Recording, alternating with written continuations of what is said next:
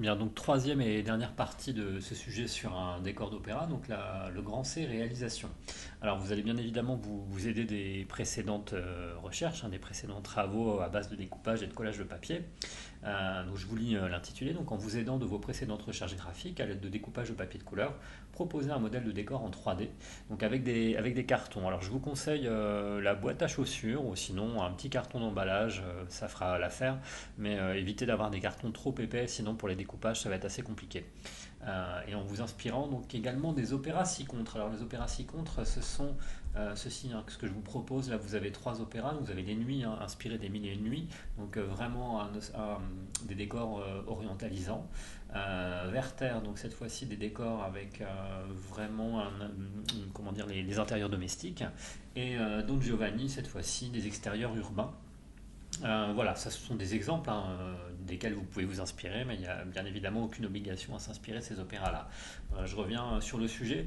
Donc vous devez bien évidemment choisir un thème, hein, comme vous avez fait précédemment dans les deux exercices précédents, un paysage, une scène d'extérieur urbain ou une scène d'intérieur domestique.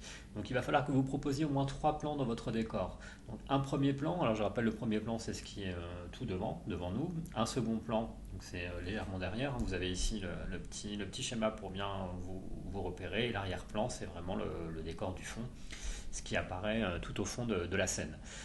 Voilà, donc bien évidemment, je vous rappelle, hein, vous pouvez aussi travailler sur les couleurs, hein, soit faire des teintes chaudes, des teintes froides, des contrastes de couleurs, ou alors des unités de couleurs, plutôt des dégradés dans les mêmes tons. Voilà, vous avez une certaine liberté. Donc, je vais vous montrer tout de suite à quoi ça peut ressembler. Donc, moi, je me suis inspiré. Je vais vous proposer deux décors. Un premier décor, donc sur un. Alors, les deux décors sont des paysages. Un premier décor. Alors, je vais vous montrer déjà la première photo qui va s'inspirer plutôt d'une jungle, euh, bon, approximativement, hein. Donc, vous voyez, hein, j'ai commencé à découper une boîte d'emballage. Donc le premier plan, ça va être des herbages, de la végétation, euh, uniquement en couleur noire. Ensuite, alors là c'est simplement pour vous montrer, hein, la boîte, la découpe. Donc ensuite j'ai coupé, hein, l'élément qui dépassait en trop. Voilà, après je me suis amusé à faire des découpes de palmiers, enfin de sortes de palmiers, de végétation qui rappellent un peu la jungle. Donc cette fois-ci uniquement sur de la couleur verte.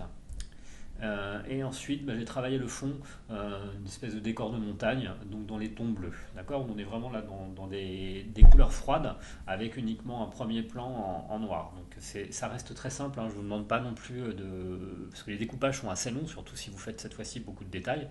Donc là, je vais vous montrer en fait deux décors différents. Celui-ci qui est vraiment dans le détail, et un second qui va être plus avec des formes géométriques, plutôt inspiré par justement le film Le cabinet du docteur Caligari avec des éléments très très géométriques. Donc voilà ce que va donner la boîte. Donc là je vous la montre, voilà, de face. Et on va la revoir, voilà, un petit peu plus proche. Vous voyez un premier plan noir, de second plan vert et puis l'arrière-plan dans les tons de bleu avec des montagnes. Voilà, ça reste très simple. Ça prend par contre, la découpe bien évidemment prend un peu de temps. Donc vous avez bien premier plan, second plan, arrière-plan. Voilà pour ce premier paysage en 3D. Je vous montre rapidement une toute petite vidéo en stop motion pour que vous voyez un petit peu plus le, le processus. Voilà.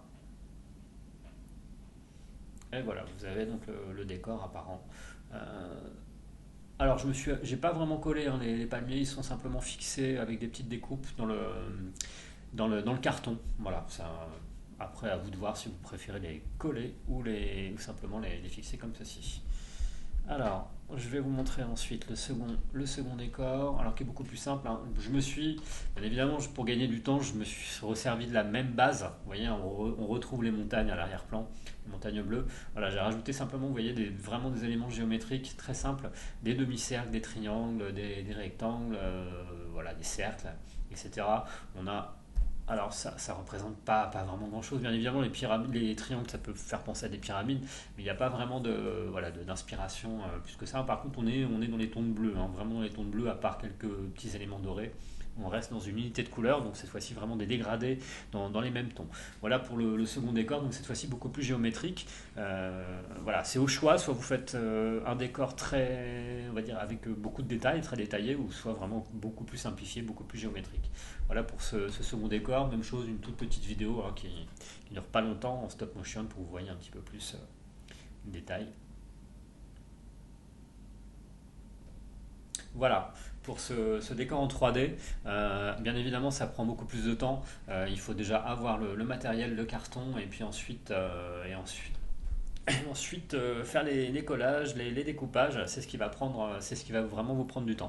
Donc c'est pour ça, ne vous compliquez pas trop la vie, faites vraiment quelque chose de simple, mais ce que je veux c'est que vous travaillez vraiment sur le premier plan, le second plan, l'arrière-plan, tout en conservant un petit peu les éléments de travail que vous aviez fait dans l'exercice précédent. Voilà pour cet exercice, et une fois que vous avez fait cette dernière partie, le sujet est terminé. Donc bon courage à vous, au revoir.